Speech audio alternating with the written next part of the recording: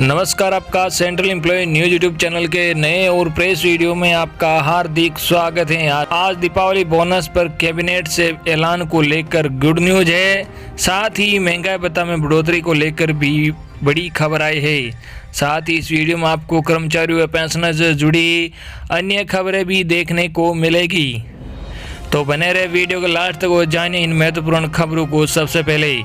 इससे पहले अगर आपने अभी तक भी इस वीडियो पर एक लाइक नहीं किया हो तो एक लाइक कर दीजिए, क्योंकि आपका एक लाइक ही हमारी मेहनत का फल होता है।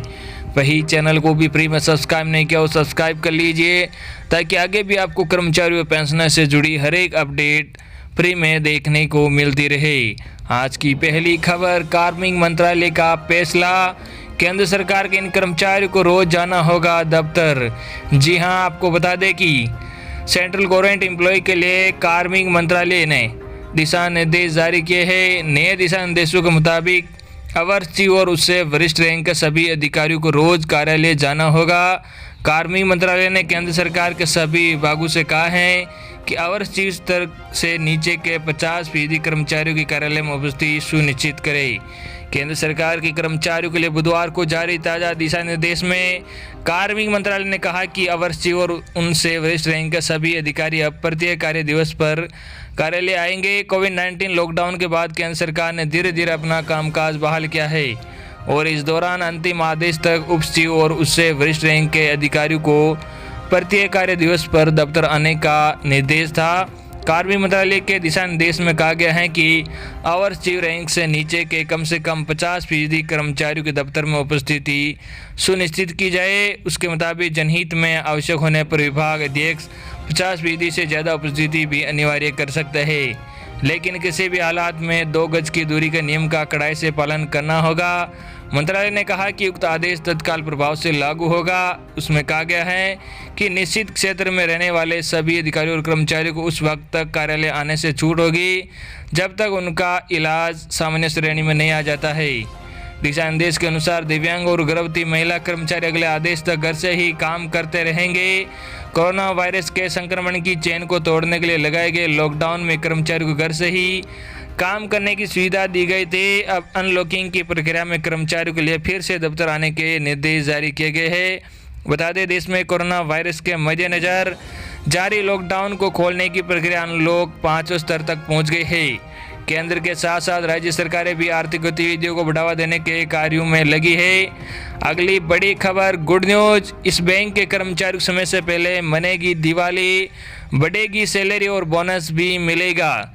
जी हां, आपको बता दें कि देश के तीसरे बड़े निजी बैंक एक्सिस बैंक ने कोविड-19 महामारी के बावजूद अपने कर्मचारियों की सैलरी में 12% तक का इजाफा करने का फैसला किया है। इसके अलावा बैंक अपने 76,000 कर्मचारियों को बोनस भी प्रदान करेगा।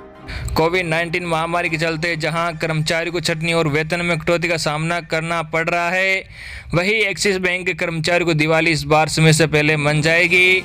देश में इसमें करोड़ों लोग नौकरी गंवा चुके हैं या उनके वेतन में कटौती हुई है। ऐसे समय में एक्सिस बैंक ने अपने 76,000 कर्मचारियों की सैलरी में 4 से 12% तक इजाफा करने का फैसला किया है। बैंक अपने इन कर्मचारियों को बोनस भी प्रदान करेगा। एक्सिस बैंक के कर्मचारियों की वेतन वृद्धि का फैसला 1 अक्टूबर से लागू हो गया है। इससे पहले देश के सबसे बड़े निजी कर्जदाता बैंक HDFC बैंक ने अप्रैल में अपने कर्मचारियों को वेतन वृद्धि और बोनस प्रदान किया था। इसके बाद दूसरे बड़े निजी बैंक ICICI बैंक ने अपने 1 लाख कर्मचारियों में से 80% कर्मचारियों को जुलाई में वेतन वृद्धि और बोनस भी प्रदान किया था। कोविड-19 महामारी की वजह से कई निजी बैंकों को परेशानी का सामना भी करना पड़ रहा है। इसके चलते कोटक महिंद्रा बैंक ने सालाना 25 लाख से ज़्यादा वेतन पाने वाले अधिकारियों की सैलरी में 10% कटौती का फैसला किया है। इसी प्रकार सीनियर मैनेजमेंट के वेतन में 15% की कटौती की जाएगी। अगली बड़ी खबर, रिटायरमेंट वाले माह में ही सरकारी कर्मचारियों को मिल जाएगा ये फंड, वित्त विभाग का नया निर्देशनामा जारी। जी हां, राज्य सरकार अब अपने कर्मचारियों को रिटायरमेंट वाले महीने में ही GPF प्रदान करेगी। GPF अब राज्य पेंशन ट्रेजरी से सीधे कर्मचारी के बैंक खाते में प्रदान किया जाएगा। कर्मचारी जिस प्रकार से अपने पेंशन व अन्य अवसरकालीन सुविधा सीधे पाते हैं, ठीक उसी तरह से GPF एवं TPF अब रिटायरमेंट वाले महीने में ही मिलेगा। वित्त विभाग के दिशा निर्देश जारी। जी हां, वित्त विभाग की तरफ से जारी दिशा निर्देश के मुताबिक अब राज्य सरकार के कर्मचारियों को रिटायरमेंट वाले महीने में ही निर्णायक जीपीएफ उनके खाते में चला जाएगा। इसके साथ ही अवसर लेने के साथ ही पेंशन एवं अन्य अवसरकालीन सुविधा मिलेगी। कर्मचारी को रिटायरमेंट वाले महीने में ही जीपीएफ प्रदान करने के लिए राज्य पेंशन ट्रेजरी अब नोडल ट्रेजरी के तौर पर कार्य करेगी। पेंशन अधिकारी सभी जीपीएफ एवं टीपीएफ देय के बारे में अपने कर्मचारी को अवगत कराएंगे। इसकी एक कॉपी संतृप्त कर्मचारी जिस अनुष्ठान में नौकरी कर रहा है उस अनुष्ठान के डीडीओ को प्रदान करेगी। जीपीएफ प्रदान करने के लिए कर्मचारी के व्यक्तिगत उपस्थिति की जरूरत भी नहीं होगी। खाते में जाएगी राशि। जी हां, वित्त विभाग ने कहा कि सभी राशि कर्मचारी खाते में जाएगी। ऐसे में उस व्यक्ति की उपस्थिति की आवश्यकता नहीं है। कर्मचारी का जीपीएफ खाता नंबर के आधार पर नोडल ट्रेजरी संतृप्त अवसर प्राप्त सरकारी कर्मचारी के वेतन जाने वाले बैंक खाते में या प्रोविजनल पेंशन खाते में चली जाएगी। यदि सरकारी कर्मचारी की मौत आ जाती है तो फिर उसका देय आवेदन के साथ लीगल हाई सर्टिफिकेट को पेंशन प्रदानकारी अधिकारी के पास डीडीओ भेजेंगे। राज्य वित्त विभाग की तरफ से इस संबंध में विस्तृत दिशा निर्देश जारी किया गया है। आगामी दिनों में इसके लिए जीपीएफ एवं टीपीएफ नियम में संशोधन किए जाने की जानकारी वित्त विभाग के प्रमुख सचिव अशोक कुमार मीना की तरफ से जारी विज्ञप्ति से ये बात पता चली है। अगली बड़ी खबर, बोनस के लिए किया प्रदर्शन। रेल कर्मचारियों ने बोनस के लिए बड़ा प्रदर्शन किया है। जी हां, सन 1974 की ऐतिहासिक रेल हड़ताल के बाद रेलवे कर्मचारियों को बोनस मिलना शुरू हुआ। इसके लिए रेल कर्मचारियों ने कुर्बानियां दी है। लंबे संघर्ष के बाद रेलवे कर्मचारियों को बोनस का अधिकार मिला है। ये बात बुधवार को रेलवे पावर हाउस में रेल कर्मचारियों को संबोधित करते हुए West Central Railway Employees Union के मंडल उपाध्यक्ष नरेंद्र जैन ने कही। जैन यूनियन के आह्वान पर मनाए जा रहे बोनस अधिकार पखवाड़े के तहत रेलवे पावर हाउस में द्वार सभा को संबोधित कर रहे थे। इस अवसर पर जैन ने कहा कि केंद्र सरकार अब रेलवे कर्मचारियों के साथ छिछोरी हरकतें करने लगी है। कभी महंगाई भत्ते को बंद करने का आदेश देती है, कभी रात्रि भत्ता बंद करने का आदेश जारी करती है, तो कभी कर्मचारी की ड्यूटी 8 घंटे से बढ़ाकर 12 घंटे करने की आदेश देती है, तो कभी यात्रा भत्ता और टाइम भत्ता आदि को प्रतिबंधित करती है। अब तो रेल कर्मचारियों द्वारा गत समय में किए गए कार्यों के एवज में दिए गए भुगतान की भी रिकवरी करने का आदेश भी जारी होने लगे हैं। जैन ने कहा, कोरोना महामारी के आड़ में सरकार मजदूर की ताकत और मजदूर आंदोलन को कमजोर करने के लिए नित नए प्रयोग कर रही है। इस अवसर पर केरी शाखा के अध्यक्ष गजानंद शर्मा एवं टीआरडी शाखा के कोषाध्यक्ष अब्दुल कासिम ने रेल कर्मचारियों को संबोधित करते हुए कहा कि सरकार रेल कर्मचारियों के लिए बोनस की शीघ्र घोषणा करे, वरना रेल कर्मचारी बड़ा आंदोलन करने की तैयारी में है। निश्चित रूप से इससे रेल उद्योग की औद्योगिक शांति बिगड़ने वाली है। यूनियन के नेता शरीफ मोहम्मद, आरपी मंगल, रोडनी फ्रैंकलिन ने कहा कि सभी रेल कर्मचारी एकजुट होकर अपने अधिकारों की रक्षा के लिए संघर्ष करें, हमें तभी सफलता मिल पाएगी। रेलवे ने माल ढुलाई से सितंबर में कमाए 80 करोड़। कोटा रेल मंडल ने माल ढुलाई से सितंबर में 79 करोड़ 37 लाख रुपए की आय अर्जित की है। ये आय पिछले साल के मुकाबले करीब 30% अधिक है। गत वर्ष सितंबर में रेलवे ने माल ढुलाई से करीब 61 करोड़ रुपए कमाए थे। कोटा मंडल ने इस साल सितंबर में 295 रैंकों के 11,721 वैगनों में लदान किया, जबकि गत वर्ष सितंबर में 241 रैंकों के 9,456 वैगनों में लदान किया गया था। गत साल की तुलना में इस साल सितंबर में 22% अधिक रैंक लदान किए गए हैं और करीब 24% ज़्यादा माल वैगनों में भरा गया है। कोटा मंडल के वरिष्ठ मंडल वाणिज्य प्रबंधक अजय पाल ने बताया कि रेलवे के जरिए माल यातायात को बढ़ावा देने के लिए व्यापारियों के लिए प्रोत्साहन योजना शुरू की है। इसी का परिणाम है कि कोटा मंडल में माल यातायात से रेलवे की आय बढ़ रही है। ड्यूटी टाइम बढ़ाने का आदेश वापस लेने का आश्वासन, पॉइंट मेनू की ड्यूटी 8 से 12 घंटे करने के मामले को लेकर रेलवे मजदूर संघ के जोनल महासचिव एवं जोनल कार्यकारी महासचिव सतीश कुमार ने पश्चिम मध्य रेलवे के अपर महाप्रबंधक एवं प्रमुख वित्त सलाहकार के साथ बैठक की है। अपर महाप्रबंधक ने पॉइंट मेनू की ड्यूटी के घंटे फिर से 12 के बजाय 8 घंटे करने का भी आश्वासन दिया है। अगली बड़ी खबर, इस फैसले को केंद्रीय कर्मचारियों पर पड़ेगा असर, पेंशनर्स भी होंगे प्रभावित। जी हां, कोरोना वायरस के संक्रमण का असर केंद्रीय कर्मचारी के साथ साथ पेंशनर पर भी पड़ा है। इन पर महंगाई भत्ता यानी डीए की सीधी मार पड़ी है। यदि आपको याद हो तो सरकार ने अप्रैल के महीने में निर्णय लिया था कि केंद्रीय कर्मचारी के साथ साथ पेंशनर्स का जनवरी 2020 से जून 2021 तक महंगाई भत्ता नहीं बढ़ाया जाएगा। सरकार का निर्णय पर एक नज़र डालें तो जनवरी 2020 से डीए में बढ़ोतरी की जो घोषणा हुई थी वह भी लागू नहीं किया जाएगा। ये नहीं, इसका असर जून 2021 तक रहेगा। इस खबर के बाद केंद्रीय कर्मचारी पेंशनर्स में मायूसी छा गई।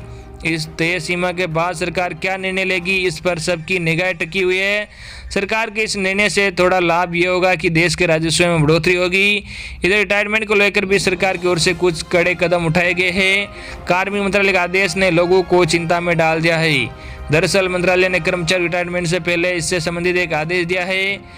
केंद्र सरकार ने अपने सभी विभागों से नौकरी में 30 साल पूरे कर चुके कर्मचारियों के सेवा रिकॉर्ड की समीक्षा कर अक्षम या भ्रष्ट कर्मचारियों को चिन्हित करने और उन्हें जनहित में समय से पहले सेवानिवृत्त करने को कहा है। कार्मिक मंत्रालय के एक आदेश में यह भी कहा गया है कि केंद्रीय सिविल सेवा पेंशन नियम 1972 के मौलिक नियम FR 56J और 56I तथा नियम 48 1B के तहत कर्मचारी कार्य प्रदर्शन की समीक्षा की जाती है, जो उचित प्राधिकार को किसी सरकारी सेवक को जनहित में आवश्यक लगने पर सेवानिवृत्त करने का संपूर्ण अधिकार देता है। पिछले साल भी हटाए गए थे ऐसे कर्मचारी। जी हाँ, गौरतलब है कि नरेंद्र मोदी सरकार ने पिछले साल भी अक्षम या भ्रष्ट कर्मचारी को नौकरी से हटाया था। ऐसे कर्मचारियों को मोदी सरकार ने जबरन रिटायरमेंट दे दिया था। अगली बड़ी खबर सभी केंद्रीय व रेलवे कर्मचारियों के लिए गुड न्यूज। जी हाँ, केंद्रीय कैबिनेट से वित्त मंत्रालय और रेलवे मंत्रालय के अनुमोदन की स्वीकृति देने व रेलवे के 11.5 लाख कर्मचारियों केंद्रीय कर्मचारी त्योहारी बोनस का इनाम देने की बड़ी राहत देने की तैयारी चल रही है, जिसके तहत ग्रुप सी और डी श्रेणी के रेल कर्मचारियों को 7,000 की सीलिंग लिमिट के हिसाब से 78 दिन का 17,951 रुपये उत्पादन के आधार पर बोनस PL भी दिया जाएगा। ये सभी रेल कर्मचारियों के खातों में दशहरा तक क्रेडिट कर दिए जाने की संभावना है।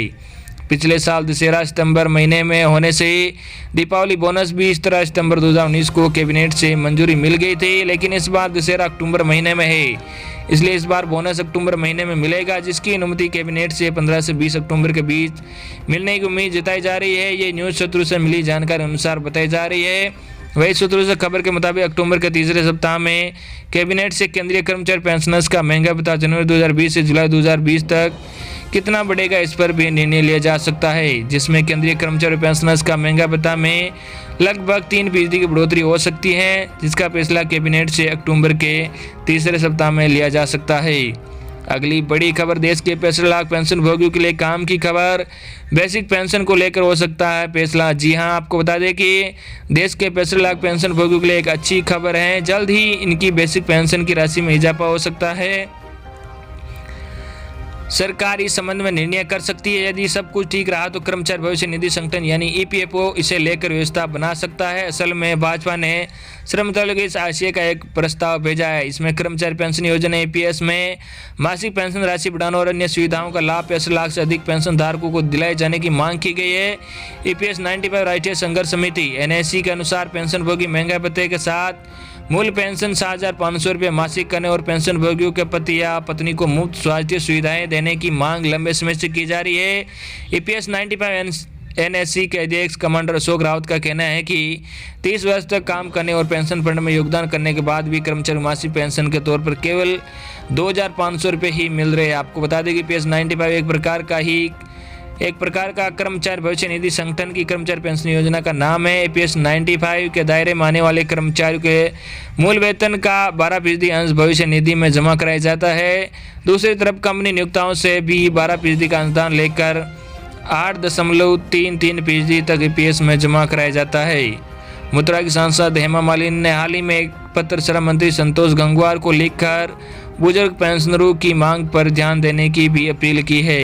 तो ये थी आपके लिए आज की बड़ी और बेहद ही महत्वपूर्ण बड़ी खबरें। आई होप कि आपको आज की हमारी जानकारियाँ पसंद आई होगी। धन्यवाद।